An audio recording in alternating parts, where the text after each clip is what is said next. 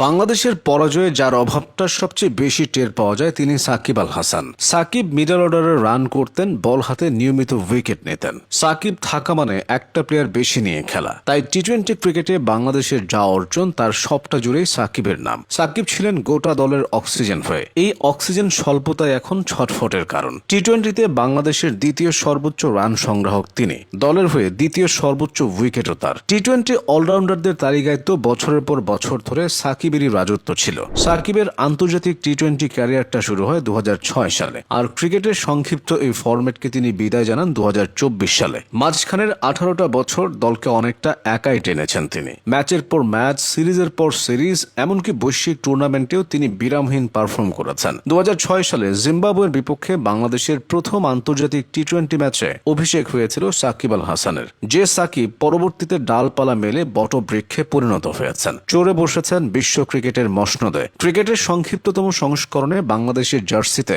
129টি match খেলেছেন সাকিব, যেখানে 127 ইনিংসে ব্যাট করে প্রায় 23 গড়ে করেছেন 2551 রান। তার ব্যাটিং স্ট্রাইক রেটটা 121। নামের পাশে আছে 13টি হাফ সেঞ্চুরি, যা এখনো বাংলাদেশিদের মধ্যে দ্বিতীয়। তবে ব্যাটার সাকিবের থেকেও বোলার সাকিবের মুনশিয়ানা বেশি দেখা গেছে। টি-20তে তিনি মোট 149 উইকেট শিকার করেছেন। আন্তর্জাতিক টি-20তে উইকেট নেওয়ার বিচারে সেরা 4 জনের একজন সাকিব।